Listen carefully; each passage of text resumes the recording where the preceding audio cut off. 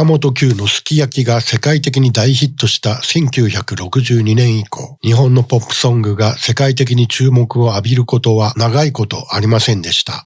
そんな悲惨な状況を60年ぶりに打ち破り、日本語楽曲で初めて Spotify グローバルチャートにランクインしたのが藤井風の死ぬのがいいわでした。それ以降、少しずつですが J-POP の楽曲がグローバルチャート入りするようになってきています。過去 Spotify グローバルチャートにランクインした J-POP 楽曲は全部で5曲。2022年の藤井風死ぬのがいいわと米津玄師キックバック。2023年YOASOBIアイドル。2024年クリーピーナッツプリンバンバンボーン。そして2025年米津玄師のアイリスアウトです。しかし5曲中4曲はアニメ主題歌であり、日本アニメの世界的人気を証明する一方で、アニメ人気に便乗しないとグローバルヒットを生み出すことができない日本音楽業界の現状を露呈しています。河津智則氏はコンサートプロモーター大手ディスクガレージの社員としてキャリアをスタートし、その後藤井風の個人レーベルヘンレコーズの社長として独立。わずか3年でアメリカの名門レーベルリパブリックレコーズとの専属契約を実現しました。リパブリックレコーズはレーベルの力でヒット曲を生み出すことが難しいこの SNS 時代において今でも多数の世界的アーティストを擁する現代のトップレーベルです。そのリパブリックレコーズが誇る世界最先端のマーケティングチームによる戦略のもと、藤井風は2025年6月から6つの音楽フェスを含む全18カ所の欧米ツアーを敢行しました。そしてさらに、この後、2026年にはロラパルーザインドや世界最大の音楽フェスであるコーチラを含む世界ツアーが控えています。端的に言って、このレベルまで上り詰めた日本人アーティストは藤井風が初めてです。今、日本の音楽業界にはワールドクラスのアーティストを育て、世界に楽曲を売り込める有能な人材が決定的に不足しています。そういう意味で河津智則氏は藤井風と同じくらい日本にとって貴重な存在なのです。この動画では河津智則氏がここまで成し遂げてきた知られざる功績の数々を全力でお伝えしたいと思います。この動画は次の5つのセクションからなります。1、音集杯。2、準備期間。3、藤井風の本質。4、チーム風。5、最強の自主レーベル。なお、河津氏は一般人ではありますが、動画の都合上、これ以降は継承略で進めたいと思います。あらかじめご了承ください。それでは順に解説していきましょう。河津智則は1975年宮城県生まれ。大阪音楽大学短期大学部を卒業し、1998年に株式会社ディスクガレージに入社しました。ディスクガレージは関東近郊のプロモーター大手で、わかりやすく言えばライブイベントのエキスパート集団。企画から会場手配、宣伝、チケット販売、当日の運営に至るまでライブやイベントに関する全てに精通したプロフェッショナルです。河津は入社9年目の2006年、音集杯というユニークなイベントを立ち上げます。埼玉スーパーアリーナ一面に人工芝を敷き、フットサルコートを6面作成。音楽業界の様々な業種の人々が参加者で、一般客をシャットアウトしたガチンコ勝負のフットサル大会。この音集杯こそ河津がいかに独創的で優れた人物であるかがよくわかる事例なので、詳しく見ていきましょう。まず重要なのが、このイベントが商業イベントではないということ。一般客を有料で入れればビジネスにもなり得ましたが、河津はその選択をせず、参加者が心置きなく楽しめることを最優先とし、一般客を入場不可としました。そうなると、レクリエーション目的のプライベートなイベントとなりますから、400万円近い巨額の利用料がかかってしまう埼玉スーパーアリーナでの開催というのは普通は諦めるでしょう。しかし河津は埼玉スーパーアリーナ自体を共同主催者として招き入れることで見事にこれを実現します。その発想の柔軟さ、本当に実現してしまう実行力とリーダーシップはお見事としか言いようがありません。結局音集杯は2006年から2019年まで14年間の長きにわたり開催されました。極上の大人の遊びとミュージシャンのナオト・インティライミからも絶賛されるほど参加者の圧倒的支持を得て、河津は運用面でもその手腕を発揮しました。ビジネス度外視でひたすらサッカーの真剣勝負を楽しむためのイベントにこれだけの情熱を注ぐことができる河津の人間性こそがここで一番注目すべきポイントです。そして音州杯は河津にとって重要な出会いももたらしました。音楽ジャーナリスト鹿野敦との出会いです。鹿野は音楽誌ロキノンジャパンの編集長なども務めた後、自身の会社ファクトを立ち上げ、藤井風ファンにはおなじみの音楽誌ムジカを創刊した音楽ジャーナリストです。鹿野は2010年から音州杯にプレイヤーとして参加していましたが、2012年頃、これぞロックフェスというものを一緒に新しく作れたらいいねという話で河津と意気投合。約2年の準備期間を経て2014年、埼玉初の大型ロックフェス、ビバラロックが誕生しました。プロデューサー鹿野敦、主催企画制作、つまりほぼ全ての実務をディスクガレージが請け負うという役割分担の中、鹿野と河津の間ではリスクも成功も半々で負う、赤字でも3年続けるという2つの約束を交わしていたといいます。ただでさえ飽和気味の国内フェス、明らかに後発だったビバラロックが成功するかは全くの未知数でした。最悪の場合、4億を超える負債を抱えるリスクを背負いながらの初開催でしたが、結果はなんといきなり黒字達成。この快挙も河津の有能さを証明する一例であることは間違いないですが、負債の半分、つまり2億円以上の負債リスクを引き受けた鹿野の男気も見逃せません。いずれにしろ、この難関をクリアしたことで、2人の信頼関係は揺るぎないものになりました。鹿野はその後、自身が主催する音楽ジャーナリスト養成学校、男屋にも河津を講師として招聘しています。また、河津も藤井風がデビューした後、ほぼ全ての音楽メディアの取材を受けない中で、ムジカには複数回にわたる独占インタビューを受けており、鹿野との縁を今も大切にしていることが伺えます。河津のキャリアを調べていくと、信頼関係とチームワークを何よりも大切にしている印象があります。信頼できる相手と長く仕事を共にする。そんな彼のスタイルはその後、藤井風のプロジェクト、いわゆるチーム風にも存分に活かされることになります。2012年、河津はコンサートプロモーターとは全く異なる業務を担当することになります。それはガールズロックバンドシシャモのマネージャー。公式情報では、シシャモの所属事務所はデビューから現在までフェイスミュージックエンターテインメントとなっており、なぜディスクガレージの河津がマネージャーをしているのかが大きな謎でした。この件、あまりにも情報がなくて調査に手こずりましたが、どうやらシシャモの最初期の活動にディスクガレージが大きく関わっていたというのが真相のようです。シシャモの公式プロフィールから彼女らの高校時代の活動を整理しますと、2012年10月にお試し版 CD、宿題が終わらないをリリース。さらに2013年1月、高校生活のまとめとしてアルバム卒業制作を発表し、3月には初の全国11カ所に及ぶ対バンツアーを卒業旅行と題して決行しています。まずこの高校時代にリリースした2枚の CD について中古市場に実際に出回っている当時の品番を調べてみるとそれぞれ DGRC003、DGRC004 となっています。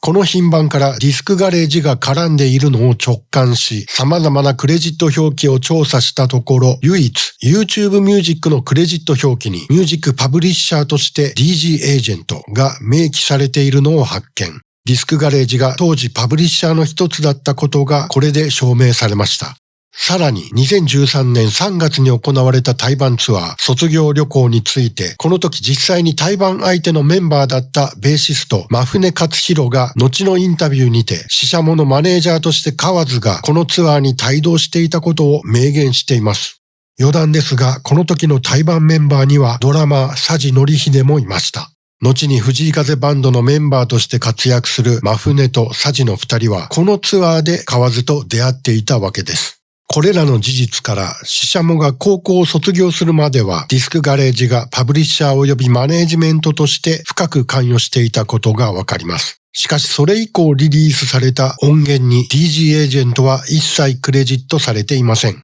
とはいえ、シシャモにとってライブ全般を任せられるディスクガレージの河津はマネージャーとして必要不可欠な存在になっていたのでしょう。なのでおそらくフェイスミュージックエンターテインメントが業務委託という形で買わずにマネージメントを引き続きお願いしたというのが真相だろうと思います。いずれにしろディスクガレージという会社にいながらシシャモという人気アーティストのマネージャー業務を経験したことは買わずにとって大きな財産となりました。特にシシャモは毎年のように全国ツアーを行っていたので、河津はその都度全国のプロモーターと連携しながらツアー全体をオーガナイズし、加えてマネージャーとしてツアーに帯同していたはずで、それらの経験は図らずも藤井風が後に行ったツアーの予行演習のような役割を果たしました。さらに、シシャモのボーカルギターを担当する宮崎麻子は、河津智則と藤井風を直接引き合わせた人物でもあります。YouTube でちょっとハマってる子がいるんですよ、と河津に藤井風の存在を教えたのが宮崎でした。また、河津が一度藤井風とのアポイントを断られ、断念しかけた際も、いやいや諦めないでくださいと背中を押したのが宮崎。その後、気を取り直した河津は、岡山県里庄町の実家を複数回訪れて、両親を説得する熱意を見せ、見事藤井風との契約を実現させたのでした。そして不思議な運命の連鎖はこれだけではありません。そもそもシシャモというバンドが世の中に広く知られたのは、先にご紹介した音楽ジャーナリスト鹿野淳のツイートでした。未知の大気、高校生バンド見つけました。シシャモよろしくお願いします。このツイートはシシャモの公式プロフィールにも紹介されており、これが彼女たちにとっていかに重要な転機となったかが伺えます。このように河津智則、鹿野淳、シシャモ宮崎麻子、そして藤井風。この4人には不思議な縁が交錯していて、何か運命的なものを感じてしまいます。結果的に見れば、2012年から藤井風と出会うまでの約6年は、河津にとって藤井風を受け入れるための準備期間として重要な時間でした。アーティストは全ての中心でなければならない。これは世界最大の音楽レーベル、ユニバーサルグループ会長ルシアン・グレンジの言葉であり、ユニバーサルの理念と言われています。そして藤井風のデビュー前から深く関わっているユニバーサルシグマの東小園光弘氏は海外メディアの取材にこう語っています。私たちの最初で、そして最も大切な仕事は彼のビジョンを理解することでした。河津とプロジェクトスタッフは、まずは藤井風という人間を理解することに集中しました。このアプローチがなければ、アーティスト藤井風は全く別の姿になっていたでしょう。まさにルシアン・グレンジの言うアーティストは全ての中心を忠実に守った結果でした。プロジェクトスタッフ一同が初めて藤井風と顔合わせをした際に、藤井風という人間をスタッフがより理解できるように彼へのアンケートが用意されたといいます。そのアンケートで座右の銘として書かれたのが Help Ever, Hurt Never という言葉でした。常に助け、決して傷つけない。この言葉に藤井風の本質の一端を垣間見た河津は、この頭文字を取ってレーベル名を変レコーズと名付けます。そして河津は藤井風と共に時間を過ごす中で、藤井風の本質が音楽よりもその人間性にこそ宿っていると気がつき始めます。藤井風公式スマホアプリのコンテンツ、スタッフダイアリー。2025年11月現在、147本の投稿があり、そのうち141本を河津が書いています。このコンテンツには本当にここでしか知ることのできない貴重な情報が大量に埋もれています。そんなスタッフダイアリーの中で、風の秋祭りパート2というタイトルの2022年10月28日付投稿は、河津が藤井風の本質をどのように捉え、何を考えながらプロデュースしてきたかが率直に綴られている重要な回です。その中にこんな一文があります。いきなり彼の人間性すべてを見せて、すべてを詰め込んでデビューするより、まずは音楽性を先に見せていく方が良いんだろうな。感覚的なものですが、そんな気持ちがありました。まずは音楽性を先に見せていく。彼の才能が音楽性にあると思っていたら、こんな言い方はしないはずです。また、同じ投稿の前段で河津はこうも言っています。風の本質的なことを知れば知るほど、このままこの人のことを世の中に出したら誤解を生じる、理解されない可能性があると考えていました。藤井風の真の凄さはその人間性にこそある。でもその人間性を世の中に無防備でさらけ出せば誤解される、理解されないだろうと河津は直感したのです。藤井風の才能の本質が音楽性ではなく人間性にこそあるのだといきなり言われても納得できない方もいるかもしれません。でもこれは決して河津一人の勝手な思い込みなどではありません。藤井風の2枚目のライブ映像ブルーレイ、ヘルプエバーアリーナツアー、その特典映像ドキュメントの中でディスクガレージ社長渡辺邦義の興味深い証言があります。藤井風の才能について問われた場面。渡辺さんの目には風くんはどういう風に見えてますか？いやもう本当の天才だと思ってますね。なかなかいないなっていう。我々も多分結構いろんなアーティストと関わる仕事なんですけど、本当にいなくないですか？いないですね。感じのいないですね。純粋にあそこに行ってる人、全く欲がないじゃないですか。そうですよね。いや、あんなミュージシャンいないですよね。藤井風について本当の天才と評価した上で真っ先に出てきた言葉はピアノの技術でもボーカルでもなく全く欲がないじゃないですかという言葉。さらに続けてあんなミュージシャンはいない。つまり渡辺氏はあくまでミュージシャンとして評価した結果人間性を真っ先に語ったのです。ディスクガレージの社長という河津とはまた違った距離感から藤井風にこのような評価をしているのはとても興味深いです。世の中の視線は好意的なものばかりではありません。誤解やそれに基づく言われなき誹謗中傷は社会に溢れ返っています。この人を無防備に世の中に出したら誤解を生じるという河津の直感は正しかったと思います。結局藤井風デビュー当時のプロモーションはメディア取材やテレビ出演の仕掛けは一切なし。そして当時の藤井風が一番大切にしていた場所、YouTube でのプロモーションに注力し、その後は他の SNS に展開するという極めて異例なものでした。デビュー前の数多くの動画が視聴可能な状態で残されたのもこの方針に沿ったものです。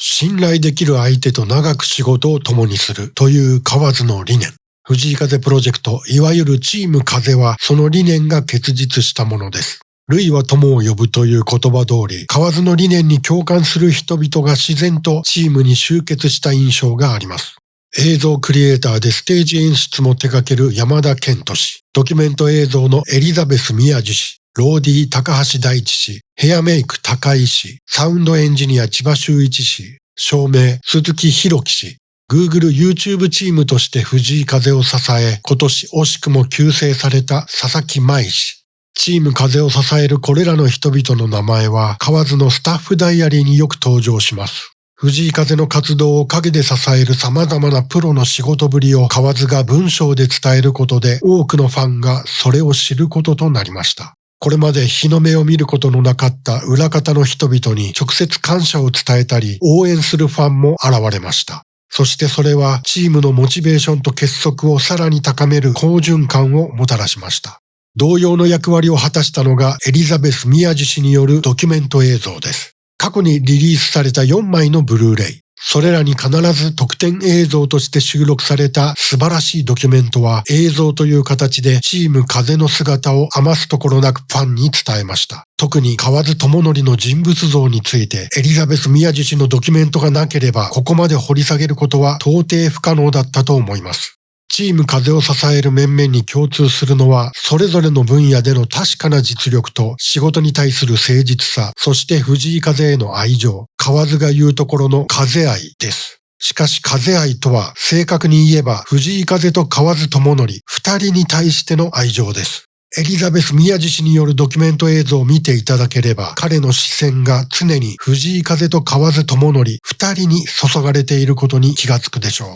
プロデューサーとして藤井風サウンドを支え、ライブではキーボーディストとしてバンドマスターを務めたヤッフルもまたチーム風の一員と言えます。河津がヤッフルを抜擢した時のエピソードをここでご紹介します。藤井風デビュー前、当時河津は藤井風のアレンジャーを探すため、オリジナル4曲のアレンジを何名かのアレンジャーにワンコーラス限定のお試しで依頼しました。ヤッフルもそんな候補者の一人として依頼を受け、第1弾としてもうええわ、優しさの2曲を収めたそうです。そのアレンジの素晴らしさもさることながら、決め手になったのはその音源がフルサイズだったことでした。デビュー前のド新人、採用されるかわからないお試しアレンジでワンコーラス限定という依頼に対し、フルコーラスのアレンジを介してきたヤッフルの誠実さに河津は惚れ込み、一緒に仕事をしたいと即決したそうです。藤井風が今日の成功を収めた大きな要因の一つにヤッフルのプロデュースワークがあったと個人的に思っています。河津が直接ヤッフルを抜擢したこと、しかもその決め手が彼のサウンドではなく人間性だったことに少なからず驚きました。河津の優れた判断力とヤッフルの誠実さが相まって個人的に大好きなエピソードです。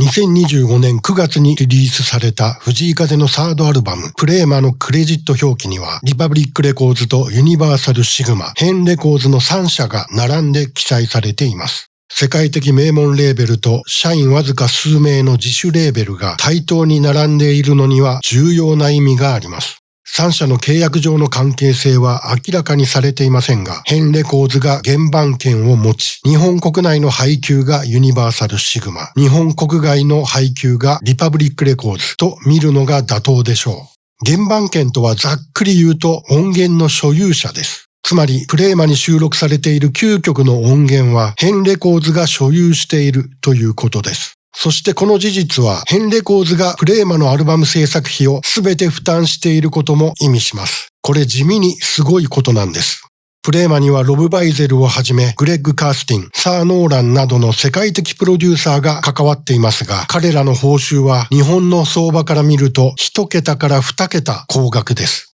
全曲に関わったイオゴンもアメリカのトップ層ほどではないにせよ、日本国内の相場よりは間違いなく高額です。さらにロサンゼルスや韓国など作業場所が世界各地に分散したことも考慮すれば、プレーマのアルバム制作費は藤井風の過去2枚のアルバムに比べておそらく数十倍から数百倍というレベルで高額であり、その費用をすべてヘンレコーズが単独で担っているのです。そして I Need You Back のミュージックビデオはさらなる驚きでした。2025年10月9日に公開されたこの MV は映画撮影用の大掛かりなセットを用いて多数の海外ダンサーをフィーチャーした壮大なスケールの作品で数千万円規模の制作費がかかったであろうことは間違いありません。しかし金額以上にここで注目すべきはこのミュージックビデオにエンドクレジットがないことです。これもすべての費用をヘンレコーズが負担していることを示唆しています。ミュージックビデオはプロモーションツールという側面があるので、配給元が制作費の一部を負担する場合があります。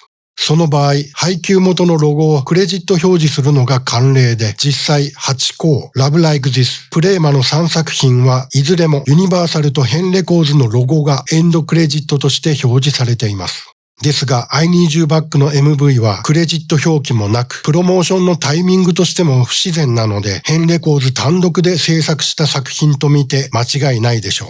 社員わずか数名のヘンレコーズになぜこれほどの資金力があるのでしょうか。答えは率直に言って一つしかありません。ディスクガレージ渡辺社長の発言をもう一度振り返ってみましょう。全く欲がないじゃないですか。そうですよね。結論から言うと、藤井風はおそらく普通のサラリーマンと同程度の報酬しか受け取っていません。藤井風によってもたらされた利益のほとんどがヘンレコーズの内部留保としてストックされている。それが想定できる唯一の合理的な説明です。そう考えるとヘンレコーズを2021年に法人化した理由も明確になります。ディスクガレージのままでは藤井風がもたらした利益はディスクガレージという会社全体の利益の中に埋没してしまいます。藤井風がもたらした利益をすべて藤井風が使えるようにストックするためにはヘンレコーズを法人化するのがベストだったのだと思います。ヘンレコーズの持つ資金力はドレイクの OVO サウンドやビリー・アイリッシュのダークルームレコーズなどと比べても遜色ないレベルだと思われます。まさに世界最強クラスの自主レーベル。そしてそのパワーは他でもない藤井風自身の無欲がもたらした恩恵なのです。世界的に有名なマネージャーでエリオット・ロバーツという人物がいます。彼は1960年代から1985年までシンガーソングライタージョニー・ミッチェルのマネージャーとして、そしてそれ以降は主にニール・ヤングというアーティストのマネージャーを務めました。特にニール・ヤングとは書面による契約もない状態で50年以上の長きにわたりニール・ヤングの活動に寄り添い続けました。その個人的信頼関係に基づいた仕事のスタイルは河津の理念とも通じるものを感じます。河津のようにマネージャーとレーベル社長、さらにライブプロデューサーを高いレベルで兼任できる人材はそれだけで貴重な存在です。藤井風を手掛けてまだわずか6年、河津のキャリアはこれからが本番です。いつの日か河津が育てた新しい才能が藤井風の背中を追って世界デビューする日が来ることを心から願っています。こういった音楽の様々なトピックについて音楽コミュニティ極みでは月4回のライブ配信の中でいろんな曲を実際にかけながら語っています。このチャンネルのメンバーシップに登録いただければ誰でも参加できますので皆様のご参加をお待ちしています。音国道でした。